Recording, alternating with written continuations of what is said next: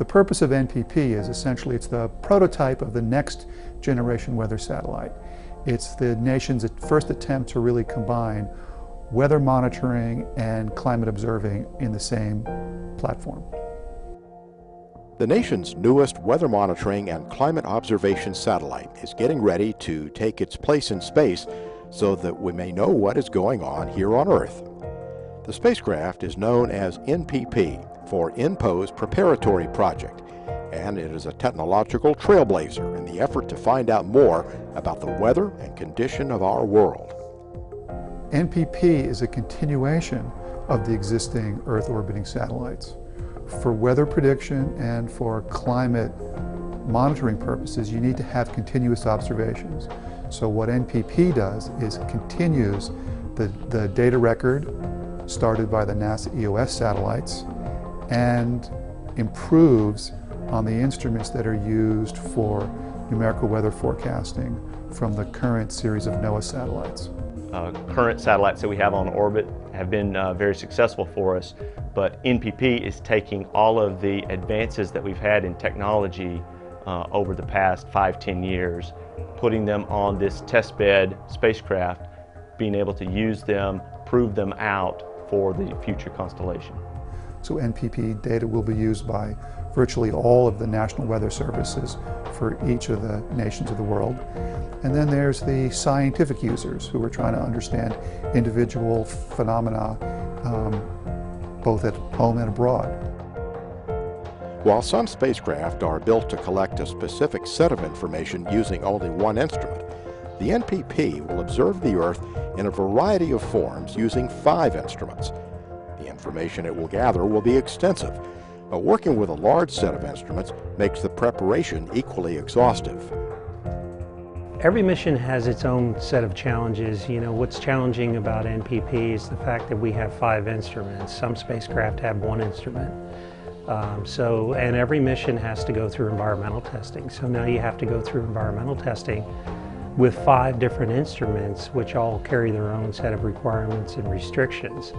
These are NASA satellites. These are one-of-a-kind satellites. You know, something like a GPS constellation, which would launch 20 of the same type of satellites, you can get into a rhythm with how you process those. But it's not the case for NASA missions, which is one of the reasons it's an interesting job, because every spacecraft brings its own set of challenges and uniqueness, and it keeps the job interesting. Although NASA routinely dispatches spacecraft to other worlds to push the bounds of exploration, the agency does not lose focus on examinations of our home planet. Previous missions, some still in operation, have compiled decades of data about interactions of the Earth's myriad environmental systems. NPP aims to continue those observations with new levels of precision. It has 2 specific goals. One is to get the data for the weather forecasts, environmental observations, and take a whole suite of observations that continue our satellite data records, which span from measuring aerosols, you know, dust particles in the atmosphere. How have they changed over the past decade? Is the vegetation index? Is land greener or browner over time? Has the sea surface temperature changed? Has the amount of ozone changed?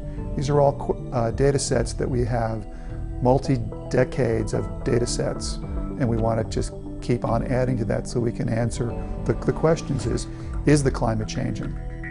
The NPP will lift off from Vandenberg Air Force Base in California, so it can be positioned in a specific orbit for its important mission. The NPP satellite will launch from Vandenberg Air Force Base, specifically Space Launch Complex 2, for the reason that it needs to go into a polar orbit. Polar orbit meaning that as the Earth rotates, the satellite will be crossing the poles. And because this is an Earth observing satellite, you are able to see every bit of the Earth. The NPP satellite is going into space courtesy of a Delta II rocket, the workhorse of America's fleet of uncrewed missions.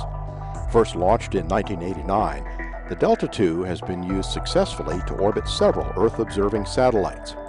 It dispatched spacecraft to Mars, including the Spirit and Opportunity rovers in 2003, one of which continues to operate on Martian soil. NASA's record is perfect for missions launched on a Delta II.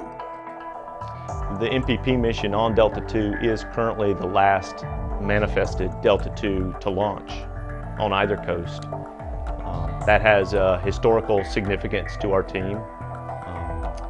However, we're treating this as we have treated all of the previous Delta II launches. Recent years have seen new rockets emerge on the Launch Services Program roster. They use new methods of construction compared with that employed for the Delta II. Delta has more of a historic launch processing flow of building the entire rocket up on the pad. Work to prepare the Delta II to launch the NPP satellite began during the summer. We began buildup of the vehicle in July of this year, erecting the first stage, the 9 solid rocket motors, the second stage, putting the payload fairing into the mobile service tower. We will then bring out the satellite in a transportation can, erect it, mate it, and then bring the payload fairing around the satellite. So by the time you get there on launch day, it's kind of like you've planned a trip and you've packed for the trip, and all you have left to do is gas and go. So that's what we do on launch day. We load the rocket with fuel and liquid oxygen, and then we do our final avionics and electrical checks, and then we push the button and we sit on the edge of our seats.